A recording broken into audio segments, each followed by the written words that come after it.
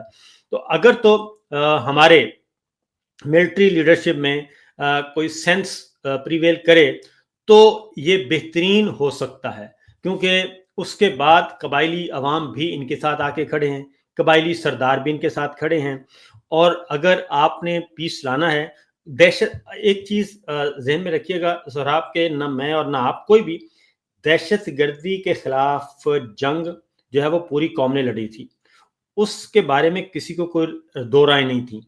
اصل یہ ہوتا ہے کہ جب آپ کسی بیرونی ایجنڈے کے تحت، بیرونی دباؤ کے تحت آپ ایسا کام کرتے ہیں جو کولیٹرل ڈیمیج ہوتا ہے، اس پہ آ کے مسائل ہوتے ہیں۔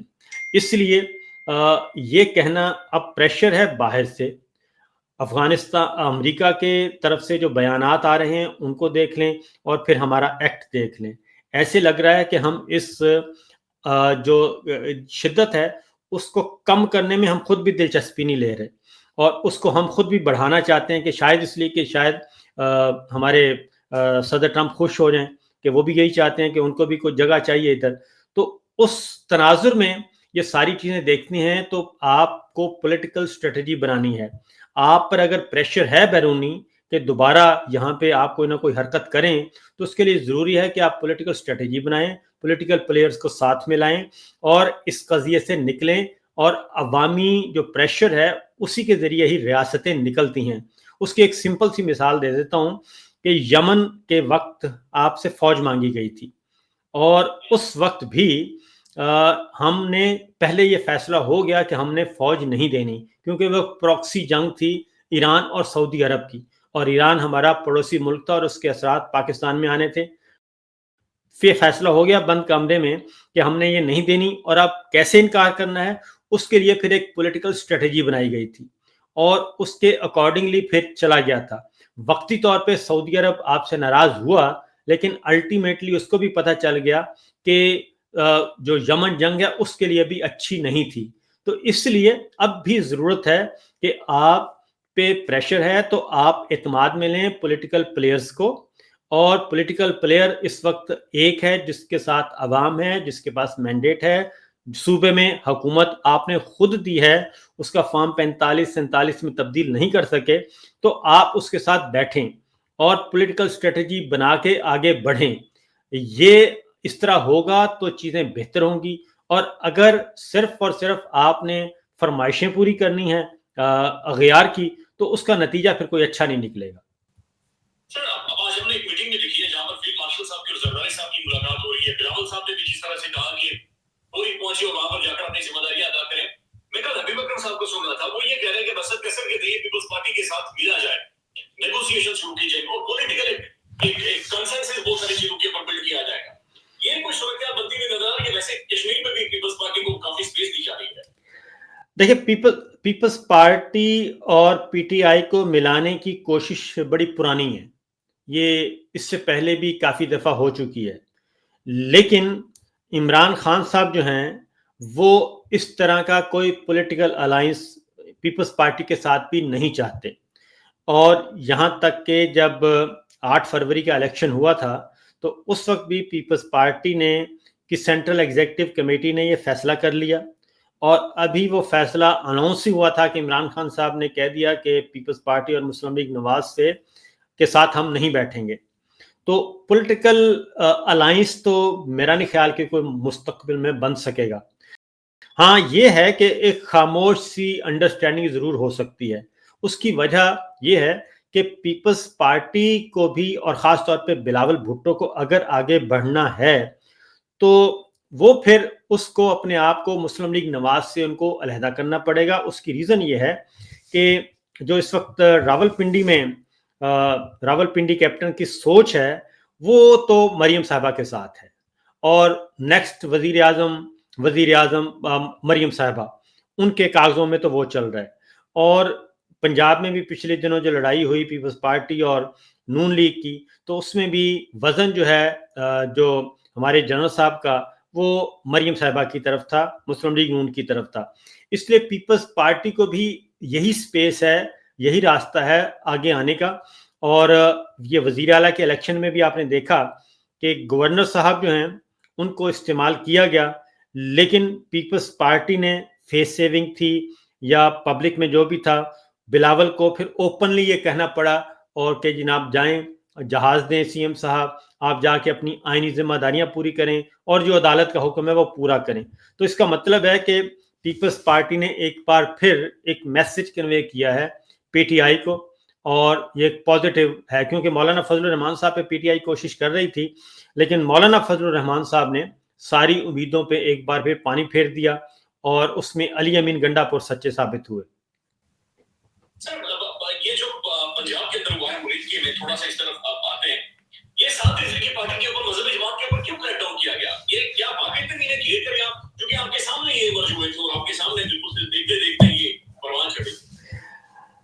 دیکھیں جب یہ پارٹی بن رہی تھی نا جی, اس وقت بھی ہم نے یہ کہا تھا کہ ایک ایسی پارٹی ایسے سلوگن پہ نہ بنائیں جو سنبھالی نہ جائے, کیونکہ دنیا بھر میں مسلمان بستے ہیں, جہاں بھی رسول اللہ صلی اللہ علیہ وسلم کا نام آئے گا وہاں پہ پھر بہت ساری چیزیں پیچھے رہ جاتی ہیں اور پھر وہاں پہ کچھ اور نہیں. تو یہ از خود پارٹی کا بنایا جانا جو ہے اس نام سے, وہ بھی ایک میں سمجھتا ہوں کہ غلط اقدام تھا, اس اعتبار سے کہ مذہبی جماعتیں پہلے ہی بہت زیادہ ہمارے ہاں پائی جاتی ہے شدت, اور پھر ایک اور نئی جماعت کا پولیٹیکلی موٹیویٹڈ تھا معاملہ, اور ظاہر ہے سادہ لوگ جو شہری ہیں ان کو تو نہیں پتا ہوتا کہ پیچھے کیا چل رہا ہے.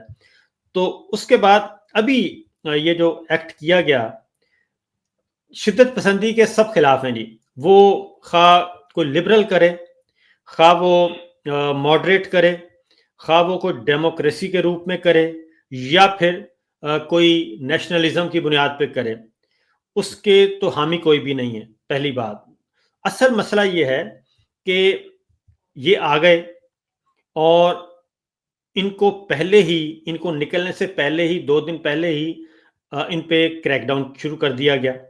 اس کریک ڈاؤن کا کیا مقصد تھا؟ اس کریک ڈاؤن کا مقصد اس کے علاوہ اور کچھ نہیں تھا کہ تلخیاں پیدا کی جائیں اور سچویشن کو خراب کیا جائے. اور وہ یہ تو نہیں کر رہے تھے, وہ تو کر رہی تھی گورنمنٹ کر رہی تھی, پنجاب گورنمنٹ نے یہ سلسلہ شروع کیا. انہوں نے سوئے ہوئے لوگوں پہ کریک ڈاؤن کیا اور ان کے نکلنے سے پہلے ہی 11-12 کی جو نمبر ہے وہ پہلے آ چکا تھا اور اس کی ابھی تک تردید نہیں ہوئی. پھر یہ نکل آئے اور یہ پہنچ گئے شیخوپورہ. شیخوپورہ کراس کیا تو میسج بھیجا گیا کہ جناب آپ رک جائیں اور مذاکرات شروع کرتے ہیں. یہ رک گئے. اس کے بعد آپ نے دیکھا کہ اسلام آباد راول پنڈی میں بھی صورتحال کول ہو گئی, کام ہو گئی, معمولات زندگی بحال ہو گئے, لاہور میں بھی ہونا شروع ہو گئے. تو اس کا مطلب تھا کہ بات چیت شروع ہو گئی ہے. اس کے بعد تو پھر اسٹیٹ سے, بلکہ چند گھنٹے پہلے وہی والا 26 نومبر والا سین دوبارہ کریٹ ہو گیا. خبریں آنا شروع ہو گئی جی آج رات کریک ڈاؤن کیا جائے گا, بڑا خونی آپریشن کیا جائے گا. پھر اسلام آباد پولیس نے جانے سے انکار کر دیا, پھر وہ ویڈیو لیک ہو گئی. اس کے بعد پھر وہ بھی روانہ ہو گئے, پھر پولیس اکٹھی کر لی گئی, پھر ادر فورسز آ گئیں اور پھر کہا گیا کہ نقوی صاحب پہنچ گئے ہیں, ادھر محسن نقوی صاحب, پھر آئی جی پنجاب پہنچ گئے. تو عین اس وقت جب یہ ساری تیاریاں ہو رہی تھیں تو سعد رضوی صاحب, آپ ان کی سیاسی نظریات سے, اقدامات سے 100 اختلاف کر سکتے ہیں, وہ اسٹیٹ سے اعلان کر رہے ہیں, ساری دنیا سن رہی ہے کہ بھئی پہلی ایک ٹیم گئی مذاکرات کی, آپ نے اس کو نہیں آنے دیا, دوسری گئی آپ نے اس کو نہیں آنے دیا. تو وہ جو بھی پیغام لے کے آئیں گے, جو ایگریمنٹ آپ سے کریں گے, ہم وہی اس کو عمل کریں گے. تو آپ یہ سلسلہ نہ شروع کریں جو آپ کرنا چاہتے ہیں. تو لیکن لگتا یہی تھا کہ وہ زیادہ پریفر جو ہے وہ اس آپریشن کو دیا گیا اور آپریشن کرنا مقصود تھا. میں آپ کو ایک واقعہ سنا دیتا ہوں چھوٹا سا. لال مسجد آپریشن, ہم چونکہ ادھر موجود تھا میں, اور بڑی بہت زیادہ ہو گئی تھی، معاملات بہت خراب تھے. تو چودھری شجاعت صاحب، اعجاز الحق صاحب اور دیگر جید لوگ جو ہیں وہ گئے ہوئے تھے لال مسجد کے اندر. مولانا غازی صاحب نے ساری باتیں مان لی اور انہوں نے کہا ٹھیک ہے جی، مان لی ساری باتیں مان لی. ان کا گاؤں تھا راجن پور میں، وہاں پہ ہیلی پیڈ بھی تیار ہو گیا کہ جی ہیلی کاپٹر کے ذریعے ان کو نکالا جائے گا، وہاں پہ ان کو تحویل میں رکھا جائے گا. اس کے بعد اگلی باتیں پھر انہوں نے خواتین اور بچے بھی وہاں سے مسجد سے نکال دیے اور انہوں نے کہا کہ ٹھیک ہے جی کریں. ہم باہر بڑے خوش ہو رہے تھے، اندر سے خبریں آ رہی تھیں کہ جناب معاملہ ہو گیا. اور جیسے ہی وہ وہاں پہ کیمپ لگا ہوا تھا اور وہاں پہ ہم انتظار کر رہے تھے، میڈیا منتظر تھا نیشنل انٹرنیشنل، شجاعت صاحب آئے اور پہلے ہی انہوں نے کہا کہ اعجاز الحق صاحب کہ جناب بہت اچھا ہوا، بہت اچھی خبر ہے. لیکن وہ ابھی بیٹھے نہیں تھے، بیٹھنے کی تیاری کر رہے تھے اپنے سیٹوں پہ کہ گولی چل گئی پیچھے سے اور ان کے کان میں آ کے کسی نے کہا. تو اس کے بعد سب کے چہرے لٹک گئے. تو انہوں نے کہا جی کہ بگ باس نے اجازت نہیں دی. انہوں نے کہا کہ نہیں، کوئی ایگریمنٹ نہیں ہوگا، آپریشن کریں. اس کے بعد وہاں پہ جو ہوا وہ ہم سب نے دیکھا. اس وقت تو وقتی طور پہ تو آپ نے وہاں پہ وہ کر لیا آپریشن کے ذریعے کہ جی ہم نے اپنی طاقت کا لوہا منوانا تھا. وہ کام ویسے بھی ہو رہا تھا، طاقت کا لوہا تو ویسے بھی ہو رہا تھا کہ وہ سرنڈر کر رہے تھے. آپ کو مدرسہ بھی ویکیٹ ہو رہا تھا، مسجد بھی، اور اس کے بعد وہ ریاست کے ہی قبضے میں ہونا تھا سارا کچھ. غازی صاحب بھی آپ کے پاس ہونے تھے، باقی لوگ بھی آپ کے پاس، آپ چاہتے ٹرائل کرتے، جو بھی کرنا تھا کرتے. لیکن انہوں نے کہا کہ نہیں، یہ کام اسی طرح ہی ہونا چاہیے. تو اس کے بعد جو نقصان ہوا وہ آج تک رپورٹ نہیں ہوا. اس کے رد عمل کے جواب میں آج تک رپورٹ نہیں ہوا اس آپریشن کے اتنے نقصان ہوا تھا. تو اس لیے اور تلخیاں بڑھیں اور پھر ان تلخیوں کو ختم کرنے کے لیے پھر قیانی صاحب نے پتہ نہیں کتنا لمبا کشت کاٹا. تو اب بھی یہ جو کام کیا گیا ہے یہ ہو سکتا ہے وقتی طور پہ تو یہ سمجھ رہے ہوں کہ جی ہم نے بہت گین کیا ہے، لیکن میں کہتا ہوں نہ انہوں نے یہ وقتی طور پہ گین کیا اور نہ ان دا لانگ رن انہوں نے کچھ گین کیا. اس کی ریزن ہے کہ اندر بھی ود ان گورنمنٹ اور ود ان انسٹیٹیوشن بھی اس معاملے میں کوئی پازیٹیو رائے نہیں ہے. ادروائز یہ کیسے ممکن ہے کہ ایک وفاقی وزیر ہیں اور ان کا ایک ٹیلی ویژن چینل ہے، اور ٹھیک ہے جی ان کا ایک ٹیلی ویژن چینل ہے اور وہ جائیں فیلڈ میں اور ایک پوری رپورٹ تیار کریں اور وہ پھر رپورٹ ایئر ہو، اور اس رپورٹ میں ابھی تک وہ نمبر ہم نے نہیں بیان کیے، وہ number leader of opposition Punjab assembly نے نہیں بیان کی ہے، جو وہ بیان کر رہے ہیں عینی شاہد، اور جس طریقے کی منظر کشی. تو یہ تو مجھے معاملہ اتنا سادہ نہیں لگ رہا. اور آپ نے کوئی ٹویٹ کی، میں نے کوئی ٹویٹ کی، اس پہ کل خبر چلی کہ جناب کریک ڈاؤن شروع ہو گیا سوشل میڈیا کے خلاف. اور یہ جو چیزیں ہیں یہ اتنی سادہ نہیں ہے جتنی نظر آ رہی ہیں. میرا خیال ہے جی لاسٹ کمنٹ اسی کو تھوڑا سا مزید انڈرسٹینڈ کروا دیں. میں صبح سے پریشان. سر کل حامد میر صاحب نے ایک ویلاگ کیا، پورے ویلاگ میں ان کا شکوہ یہ تھا کہ آپ نے ہمیں رپورٹ نہیں کرنا دیا، بلکہ ہدایات تھی کہ آپ نے نیشنل سیکورٹی کی وجہ سے اس معاملے کو رپورٹ نہیں کرنا. پھر سر کی جو سما ٹیلی ویژن اور پھر استحکام پاکستان کے ٹھیکیدار علی خان صاحب کے چینل کے اوپر چل جانا، یہ کیا سوچ ہے؟ یہ کدھر ہو رہا ہے؟ یہ کوئی 2 دھڑے ہیں 3 دھڑے، یہ کیا کون کر پا رہا ہے؟ دیکھیں بات وہی بات ہے کہ حامد میر صاحب کا اپنے ویلاگ میں یہ بات کرنا اور اس کے بعد ٹی وی پہ یہ بات نہ کرنا از خود ایک ہے، کیونکہ ٹی وی پہ بات کرنی چاہیے، کیوں نہیں کرنی چاہیے. اور میں تو پہلے دن سے کہہ رہا ہوں میڈیا کو اور ہمارے دوستوں کو کہ یار کم از کم آپ اتنا تو کر سکتے ہیں کہ کسی ایک دن ہفتے میں ایک دن کو کالی پٹیاں باندھ کے آ جایا کریں. ٹھیک ہے نا، ایک ہفتے میں ایک دن کالی پٹیاں باندھ کے اپنا پروگرام کریں. آپ کو کس نے روکنا؟ آپ کے بازو کاٹ دیں گے کوئی. ٹھیک ہے، اور کر مہینے میں نہیں سال میں ایک دفعہ آپ ایک دن کہہ دیں اپنے اپنے مالکان کو کہ آج ہم نے پروگرام نہیں کرنا جی، آج ہم بائیک آؤٹ پہ ہیں، اور ایک دن پروگرام نہ کریں. میں ابھی پڑھ رہا تھا